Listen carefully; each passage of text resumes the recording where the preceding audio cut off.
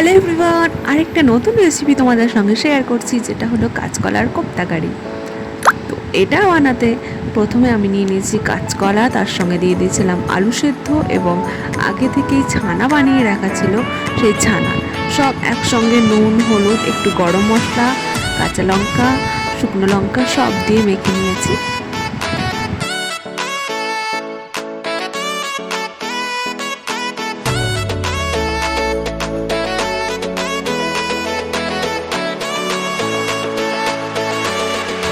আর সবগুলো মাখা হয়ে গেলে তারপর আমি গোল গোল করে ভেজে নেবো, যেরকম কোপ্তা করা হয়। তো এক এক করে গোল করে আমি রেখে ভেজে নিচ্ছি।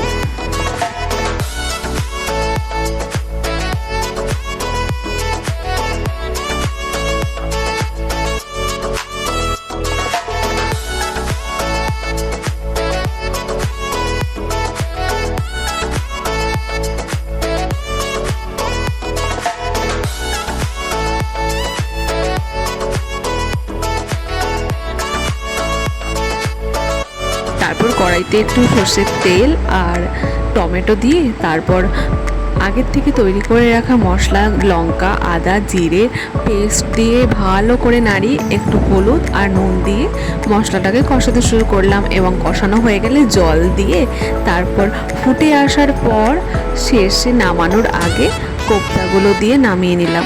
তো হয়ে গেল কাঁচকলার কোপ্তা কারি। তো কেমন লাগলো রেসিপিটা অবশ্যই জানিও। টাটা।